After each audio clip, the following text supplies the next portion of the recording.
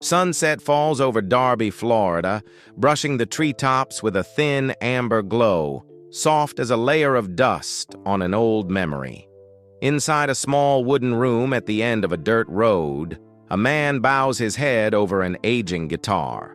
The paint has long peeled with time, yet the strings still sigh beneath his touch, like the quiet breath of a heart that has tasted both sweetness and sorrow.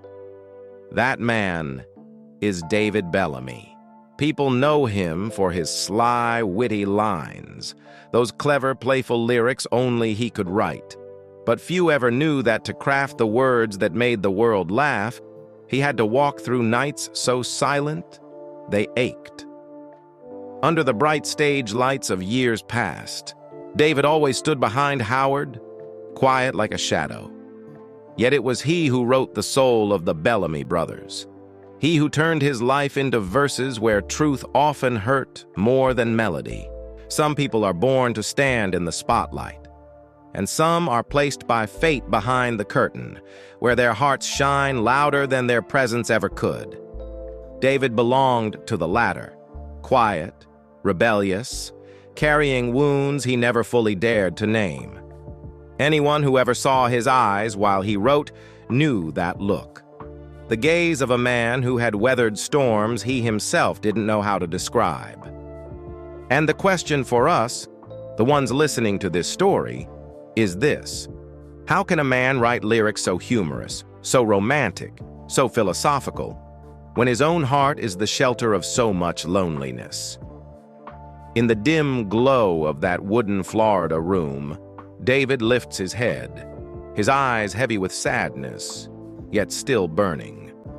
In that moment, a door cracks open into his private world, a world where pain and laughter live side by side, where each song is born not just to be sung, but to save a man from the weight inside his own soul. This is the story of David Bellamy, the creative soul of the Bellamy Brothers, a man who used music to live, to love, to fall, to rise again, and to love once more, even knowing each love would tear his heart in two. And that journey is only just beginning. David Bellamy was born in 1950 in Darby, Florida, a place not too loud, but full of sunshine, full of wind, and long afternoons that felt like they would never end. In the Bellamy family's small wooden house, the most familiar sound wasn't conversation, it was the guitar of their father, the sound that raised both brothers through their childhood. Howard, 4 years older, always stood right beside their father to learn every chord. David sat behind them, quiet, rarely speaking, but his eyes lit up every time the music drifted through the air. He didn't try to memorize anything. He simply let his heart absorb each note on its own. David was the most sensitive child in the house. Feelings came to him quickly, and just as easily they hurt him. But that very fragility opened a door inside him, allowing him to feel music in a way no one else did. Not with logic, but with the deep, hidden tremors of the soul. Small things: sunlight slipping through the window, raindrops tapping on the tin roof, the exhaustion on his mother's face after a long day, all became images he quietly stored in his heart. The Bellamy family was far from wealthy. They lived on hard work, on harvests, and on the love they held for one another. But that very simplicity taught David an early truth. Music was the only place where he truly belonged. While Howard slowly nurtured a dream of standing before an audience, David found a different path. Not the path of the stage, but the path of feeling, where he could turn the things he sensed into something others could touch. No need for words, just a heart beating in the right rhythm. David's childhood wasn't glamorous, nor filled with spectacular moments. It was the smell of earth after rain, the sound of his father's guitar, evenings gathered around the small family table, and quiet moments where that boy born in 1950 felt the world in a way entirely his own. And from these seemingly small things, an artist's soul began to take shape. Quiet, deep, but steady and enduring, just like the Florida land that raised him. As he stepped into adulthood, David Bellamy carried within himself something no one in the family could fully see. A longing larger than the Florida countryside that raised him. But the road ahead wasn't as beautiful as the golden afternoons he once dreamed about. In those first wandering years, David and Howard drifted from rundown bars to noisy fairgrounds where the crowd drowned out the music, to makeshift stages where the audience came and went as if no one even remembered the brothers had stood there. Music didn't pay enough to live. And many nights after their set was done, the two brothers sat at the back of an old truck, counting crumpled dollar bills like they were the last scraps of hope. To Howard, it was a challenge. But to David, a man with a heart far too soft, each night felt like another cut into his chest. The sensitive boy from childhood now had to face a harsh truth. The harder he tried, the quieter the world seemed to become. There were songs they sent to record labels that never received a reply. There were lyrics David poured his heart into, only to see them tucked away in a drawer without explanation. And there were nights when Howard slept, but David sat alone in the dark, wondering if he had chosen the wrong path. Many times he wanted to give up, not because he lacked strength, but because he felt he lacked the toughness to endure one more rejection. Inside, David was a constant battle, between the artist longing to be recognized and the man simply wanting a place where his heart could rest. But there was something even David didn't realize then. Every wound carved into him was becoming the seed of the great songs he would one day write. Those difficult years, the cheap bar shows, the rejections memorized by heart, trained him to feel the pain of others. It became the raw material for the lyrics people later believed were written about their own lives. Those early years weren't glamorous, weren't blessed with any spotlight. They were filled with bar smoke, shaky wooden chairs, tiny paychecks, and exhaustion that soaked into the bones. But from those unlikely places, a talent was being sharpened, silently, steadily, and from the very days that felt most hopeless. A turning point was already waiting for David Bellamy just ahead. In the early 1970s, while many Florida bands fell apart under the weight of making a living, the Bellamy Brothers kept holding on to the tiny stages they had. They officially formed the Bellamy Brothers around 1972, carrying with them a sound unlike anyone else at the time. Country blended with pop, sprinkled with rock, and sometimes even touched by reggae, the kind of sound you could recognize from just a few notes. But from 1973 to 1976, fame still refused to smile their way. They performed more, slept less, and lived on hopes thin as paper. Then in 1979, the most unexpected moment of their lives arrived. One quiet afternoon in Florida, David casually thought of a wordplay, a line that seemed like nothing more than a joke, yet had the power to change everything. "If I said you had a beautiful body, would you hold it against me?" 1979. The song was released on the album The Two and Only, 1979. No one was prepared for what happened next. Within weeks, the song shot to #1 on Billboard Hot Country Songs. Then it spread across Europe. Then it hit #1 on the UK country chart. Then it became a global phenomenon of 1979. From two unknown faces, they suddenly became the most talked about country act of the year. In 1980, BMI honored David Bellamy for a song with massive airplay across both the US and Europe.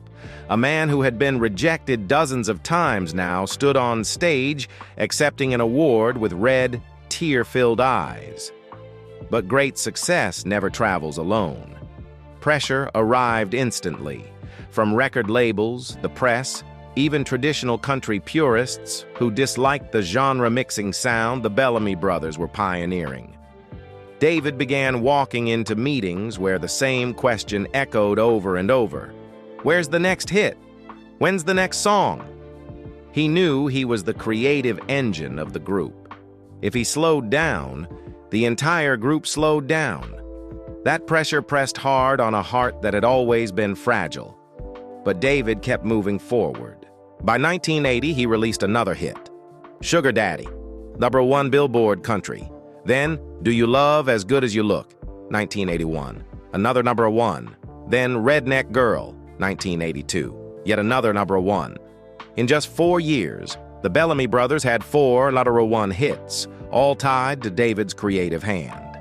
From a band critics once labeled as having no future, they became the defining country pop icons of the late 1970s and 1980s. Their music appeared on MTV, national TV shows, and even in major films of the era. They created a sound no one had ever heard before. Country plus pop, plus reggae, plus rock, gentle, charming, sly, accessible, intelligent. And all of it began with David. If traditional country was the heartbeat of America, then David Bellamy brought into it the playful breath of a new generation. In the years that followed, they received 2 CMA International Artist Awards, multiple ASCAP and BMI Awards for high airplay compositions, over 30 charting albums, and became the American country group with the largest European fan base throughout the 80s-90s. That first explosion of 1979 didn't just put them at the top, it laid the foundation for an entire wave of country pop. A style countless younger artists would later follow. And it all began with one tiny joke of a phrase, born in a moment when David thought he had nothing left to hold on to. Success rushed in like a giant wave, powerful, beautiful, but strong enough to sweep a man away if he wasn't firmly rooted. From 1979 to 1985, the Bellamy Brothers kept stacking #1 hits, kept touring non-stop, kept appearing on national television. The brighter the stage lights burned, the darker their private lives became. And the one who carried the heaviest weight was David. Fame didn't just bring applause. It brought scrutiny, unreasonable demands from record labels, and harsh criticism from traditional country loyalists, the ones who believed the Bellamy Brothers had watered-down country with pop, rock, and reggae. Between 1980 and 1982, some articles even labeled them Nashville rule breakers. David, always sensitive, began to drown under the pressure. He was the creative soul. He had to write the next hit, write fast, write well, write for radio, write for the label, write for the tour, write for the market, write for a world that refused him the right to be tired. And just when he was at the peak of success, David felt more alone than ever. From 1982 to 1984 came the worst years. Every night after the show, he returned to an empty hotel room where the guitar was often the only proof that he still existed. The pressure to write, combined with an unforgiving tour schedule, pushed David into a quiet, unspoken emotional breakdown. One never reported by the press, but one that left the deepest wounds. Beyond the professional strain, his love life also began to fracture. Unfinished relationships, conflicts that wouldn't heal, silent breakups. Each one tore deeper into a heart that had always been fragile. A man who wrote such beautiful lines couldn't seem to protect his own peace. Success also carried with it a quiet tension between the two brothers. Not out of jealousy, but because they were simply too different. Howard brought the group to the audience with his powerful voice. David held the group together with his songwriting soul. As the pressure grew, those differences sometimes collided. They argued about musical direction. They disagreed on the stylistic choices of early '80s albums. They clashed when the label demanded constant image changes. Neither brother ever walked away. But there were nights when David sat alone and thought, if not for Howard, I would have collapsed long ago. And other nights when he wondered, if not for me, would the group still have a soul? That was the greatest tragedy. Two men who loved each other, understood each other, and depended on each other, yet were being pulled apart by pressures far bigger than either of them. In 1986, rumors of the group breaking up appeared in magazines, not because they hated each other, but because David was too exhausted, too drained to keep writing for the world's expectations. He disappeared for weeks, ignored schedules, spoke to no one. Howard had to find him, bring him back to the tour, and tell the press, "We're fine." But the truth was, they weren't fine at all. David was losing himself beneath the weight of what the world demanded from him. And that soft heart, already strained since childhood, sank deeper and deeper under the pressure of the very success he had created. The peak of fame didn't just bring light. It also brought cracks seen only by those within. And those invisible wounds followed David for many years, becoming a shadow he was never able to fully escape. In those years, success came so fast and so forcefully that David often felt swept away like a leaf in a storm. Every night after the show, after Howard left the room, after the band packed up their instruments, David remained alone in a silence so wide, it echoed. The applause had faded, the lights had gone dark, but inside him the waves of anxiety refused to settle. There were moments when he asked himself, who am I singing for? And for what? Where do I truly belong? And in those wavering hours, he understood something deeply frightening. If he didn't have a place of real peace to return to, he would be crushed beneath the growing glare of fame. David needed a home, a foundation, a harbor for a heart far too easily broken. And that harbor came in the form of Susan, the woman who entered his life as gently as the Florida breeze, warm, soft, and never demanding anything from a man who lived half in music and half in sadness. Their marriage wasn't loud, wasn't fodder for headlines, but it was steady, quiet, and honest, just like David himself. With Susan, David found what the stage could never give him, the feeling of being seen as a human being, not as a hitmaker. They had children, a family, and a small wooden home in Florida, where the sound of wind blowing across the backyard felt more like music than any polished Nashville studio. On afternoons without shows, David loved sitting on the porch steps, watching his children run across the yard, listening to their laughter and feeling a peace he once believed he didn't deserve. Often, Howard would stop by, and the two brothers would sit together on the porch, just like when they were boys. Not speaking much, not discussing work, simply watching the sun sink and letting memories drift through their minds. Friendship, for David, was the same. Quiet, but profound. He didn't have many close friends in the industry, but the ones who stayed for life. Howard was always the one standing beside him through every storm. Susan was the person who kept him from falling. And his closest friends were those willing to sit beside him on nights when he couldn't find words. People whose presence alone reminded him that life still held a flicker of something worth trusting. And in those rare, quiet moments, David's life philosophy slowly formed. Be kind first. Sing well second. He believed a song might make someone happy for a moment, but kindness made them remember him forever. Off stage, David was so simple and humble that many fans wouldn't even recognize him if they ran into him at a grocery store. He loved fishing, loved tending to plants, loved family dinners more than any glamorous party. Those small, ordinary moments kept him human in a showbiz world that could easily make a person lose themselves. But it was also in that peaceful space that he confronted the sharpest truth of all: the loneliness of an artist with a heart too thin, always drawn toward beauty, but too easily wounded by life. To keep his family from worrying, he often hid his sadness at night, hid his fatigue behind a smile, hid everything inside melodies that only he truly understood. To the public, David Bellamy was the man who wrote some of the cleverest lines in country pop history.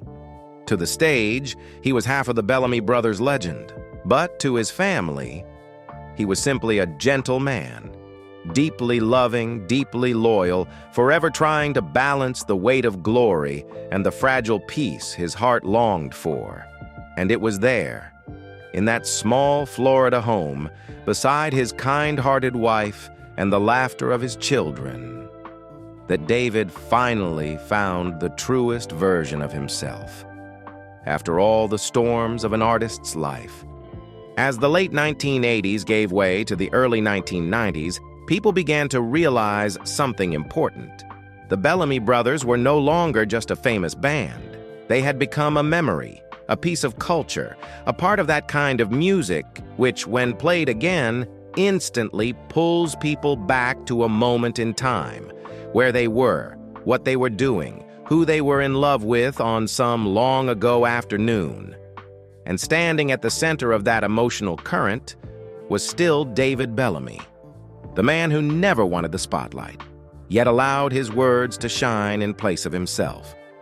More than 50 albums, dozens of charting singles, multiple hits that reached #1 in the US, the UK, and half of Europe. Those are facts no one can deny. But for the younger artists who came after, what they remembered about David wasn't the statistics. It was the strange, almost magical feeling of hearing lyrics that sounded humorous on the surface, but carried deep reflections underneath. Many Nashville songwriters called him the man who wrote laughter with a soul, because every line he crafted had two sides, one to make people smile and one to make them think. That is a rarity in country pop.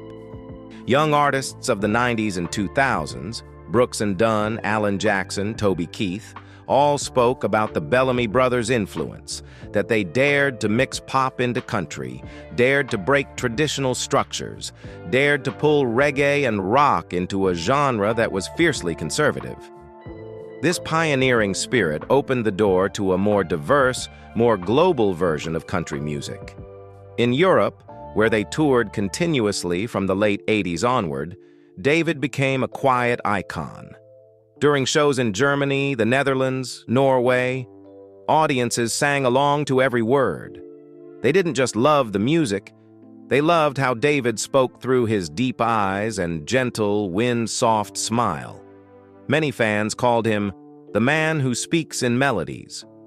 Awards came steadily, from BMI, ASCAP, and CMA's international recognitions. But David never viewed them as a measure of his worth. To him, true value lay elsewhere, in the moment someone heard a lyric and saw their own life inside it. In the moment someone said his music helped them survive a difficult day. And so, David's legacy doesn't live only on the charts. It lives in the memories of millions across the world. People who once loved a Bellamy Brothers song during some season of their lives.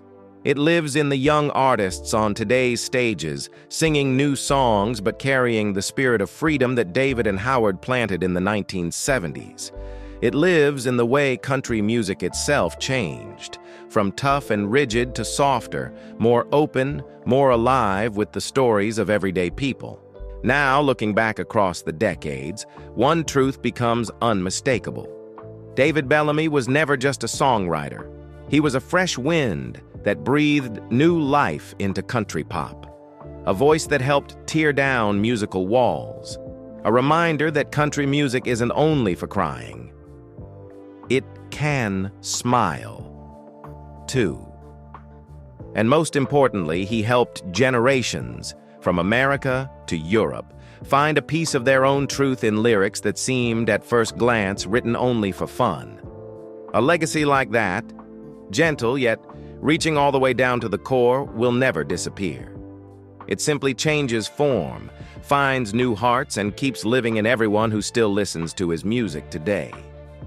After decades of moving from stage to stage, from America all the way to distant Europe, the David Bellamy of today is no longer the man who had to push himself to keep up with tour schedules or face the crushing pressures of his golden years. Now, as he steps into the later chapters of life, he chooses to slow down and let music come to him in the most natural way. Florida, the place where he was born, where every dream began, has once again become his gentlest resting place. Each morning, sunlight settles on the wooden porch where David sits with a cup of coffee. No more ringing phones, no more record labels demanding new hits, no more stressful meetings. Just the wind, the sway of trees, and the familiar bird song of the countryside he has known since childhood. David still writes songs, but no longer for anyone's expectations. He writes when his heart feels full, or when it feels just sad enough. Music now is like an old friend, no longer asking him to pay a price, just sitting beside him as a comforting presence. In recent years, the Bellamy Brothers have continued touring Europe, where they have an astonishingly loyal fan base.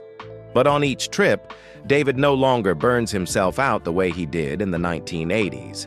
He performs with a gentle smile, with gratitude, with a sense that music is no longer a race, but a gift he offers to those who have stayed with him for so long. Off stage, David spends more time with his family. He takes his grandchildren for walks around the garden.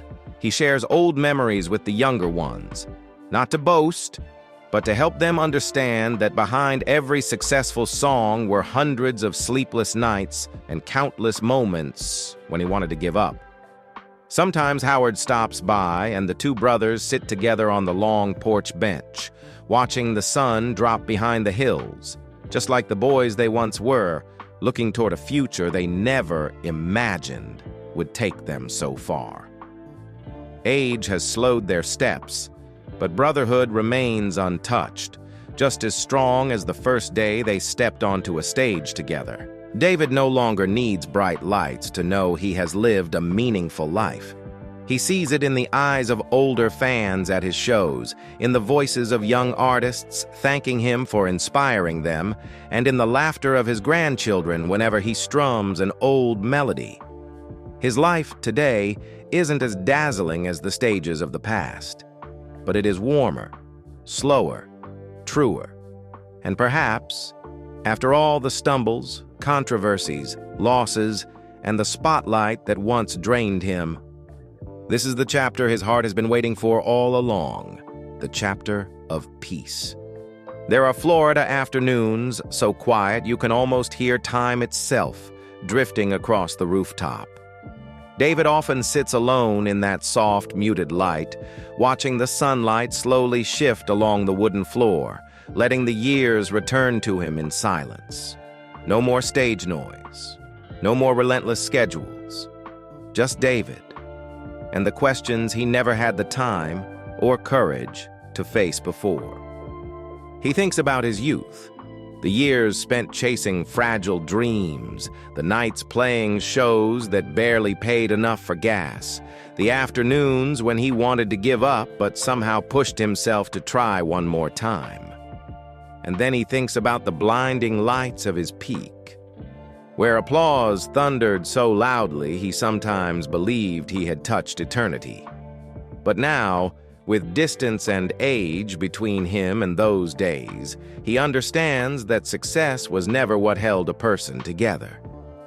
What truly holds someone are the lessons, the scars, the moments when you almost fall apart but still find a way to rise again.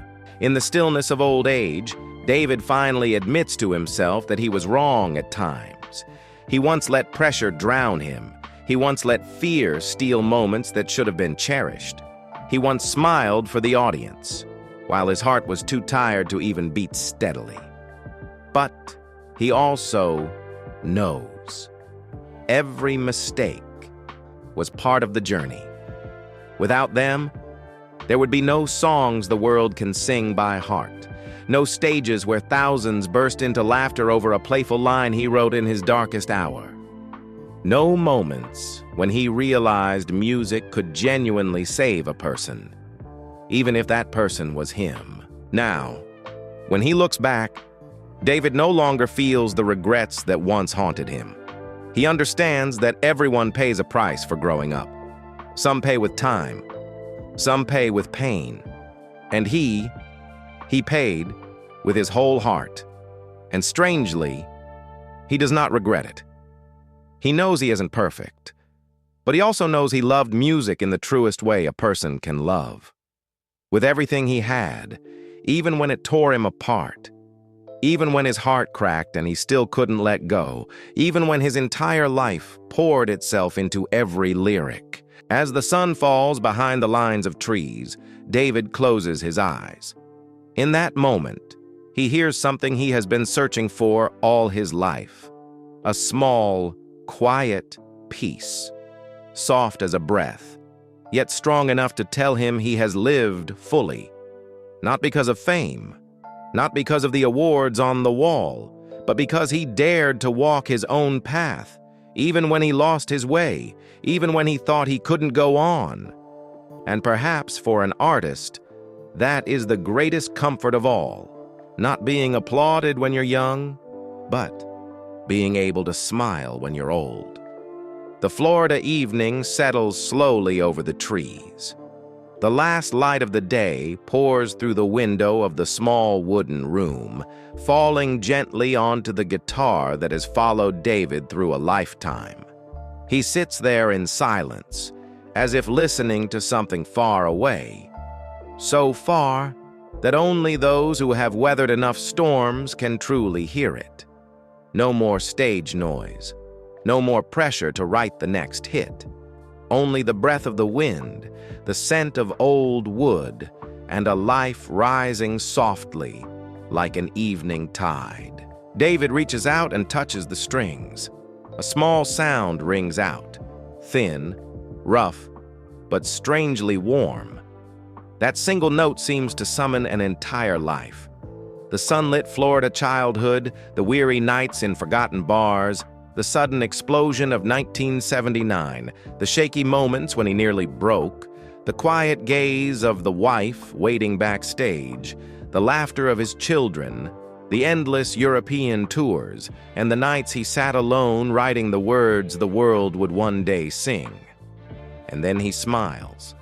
Not the smile of a legend, but the smile of a man who has walked a long road, knowing exactly where he once hurt, what he lost, what he gained, and still believes every step was worth it. Because in the end, a human life is nothing more than a long song, with bright verses, broken verses, soft ones, and aching ones. And David Bellamy has sung his life song with everything he had, a tender heart, a sharp mind, and a sincerity that never once changed. When night finally settles, he closes the guitar case. In that quiet wooden room, something still seems to hum. A faint echo from the past, a reminder that his music, his words, his spirit remain here and will continue traveling far beyond this moment. If this story touched you, if David Bellamy's music has ever found its way into your heart, or if you want to walk with us as we continue telling the emotional stories of country legends, please leave a like, drop a comment sharing your thoughts, and subscribe so you won't miss the next chapter. Thank you for listening. See you in the next video.